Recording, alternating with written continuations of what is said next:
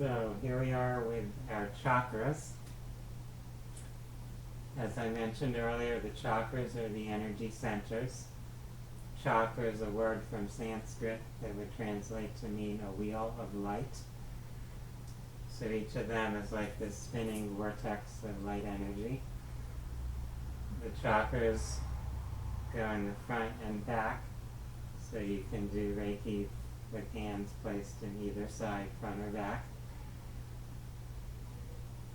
Each of those energy centers has a particular significance to our life experience.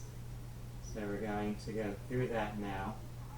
We'll be discussing which chakra relates to which issues. So we'll start out there with the root chakra. Your root chakra is located at the base of the spine, at the tailbone. So it's really the chakra that's connecting you down toward the earth. So this is the one we talk about with grounding, with basic survival, basic security and stability. The second chakra is the sacral center, located there where your reproductive glands are. The sacral chakra relates to both our creativity and sexuality. Those are interrelated. Next, we're coming to the third chakra, the solar plexus. So that's in the stomach area there. And we sometimes refer to that as the navel chakra. So that's where your navel is. This is the personal power center. So it's all about how you project yourself out into the world around you, about being assertive, confident. So power and control issues, all of that relates to the solar plexus.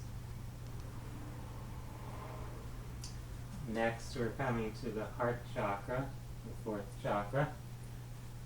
The heart chakra is the chakra that has to do the most with our emotions in a sense, but especially about love and compassion. So this is taking our connection to a deeper level. So we had the solar plexus where you're kind of asserting yourself in the world. Now at the heart we're forming like bonds and deep connections. Then we're up to the fifth chakra. This is the throat.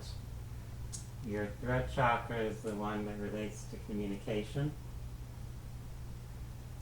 Communication is both speaking and listening. So those are all throat chakra concerns. Then we're up at the sixth chakra there, the third eye. Your third eye is your vision center. It's how you're seeing, how you're perceiving things. So it's about our perception and understanding. And the seventh chakra, located here above the head, this is the crown chakra. Your crown actually is the one that connects you to the spiritual realm the most.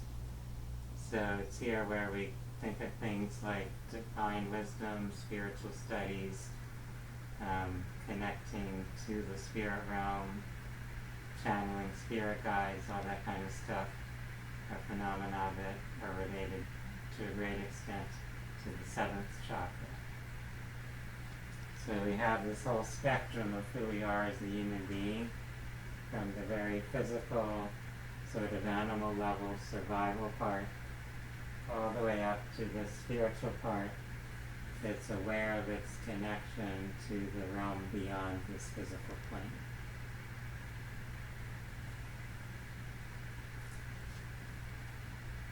Also with the chakras, we can look at the correspondence with our physical body. So in the physical body, you actually have the system called the Endocrine System, which regulates much of your body chemistry. The chakras are regulating this flow of energy coming in. And then when everything is there in your physical form, your physical body has to create different chemicals to regulate its activity. So here near the lower chakras, you have the adrenal glands back there, the root and sacral area. Those have to do with giving you energy to react to whatever threat or stress you're dealing with, right? So that's about survival. Then you have the reproductive glands. So that's the glands that create what's needed to procreate, right? Then at the third chakra, you have your pancreas.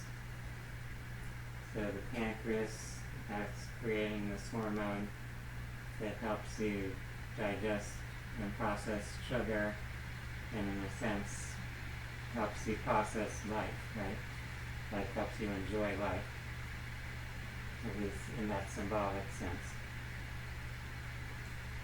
Then we come up to the heart, and just above the heart you have the thymus gland. The thymus gland plays a big role in immune functioning. So there it's actually about loving yourself, right? Like your immune system protects you because it loves you, it wants you to be healthy. Then we come to the throat chakra. Your throat is where your thyroid and parathyroid are, and they regulate a lot of different things in your body. They help regulate fluids and minerals and body temperature and all these things.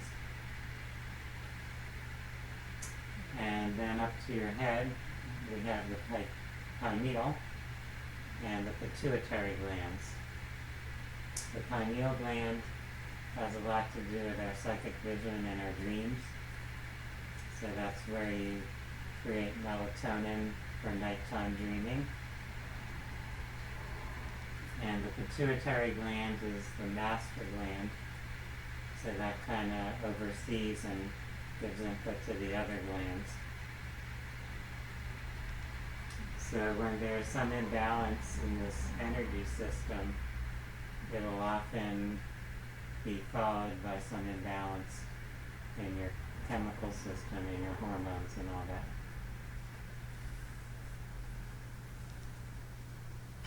So in our Reiki treatments, we will focus a lot on the chakras.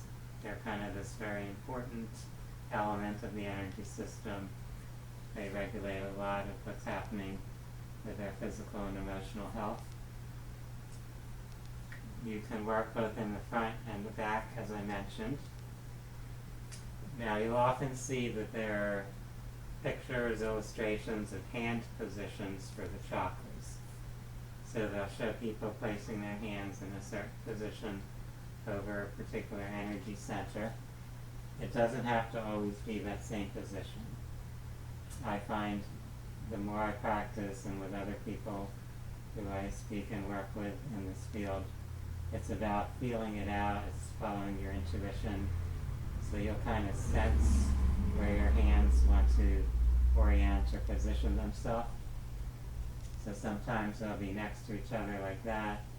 Sometimes it'll be like one on top of the other, one like that, one like that.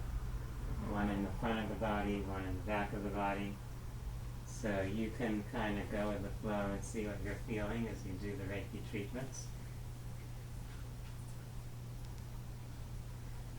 Are there any questions at this point about the chakras? Yes. What they The represent? colors, do the colors matter? What do the colors represent? Mm-hmm. There are colors associated with each of the chakras, and you could think of the color spectrum of the rainbow colors as a spectrum of vibration. So red is the base color, and then you go up to violet at the crown at the other end of the spectrum.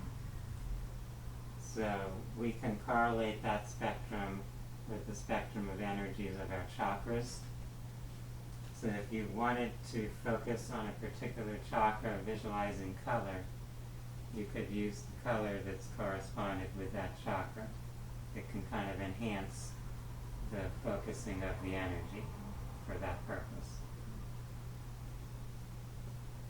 It's not required to do that visualizing of a color in a Reiki treatment, but it is a good complement or extra thing you could apply.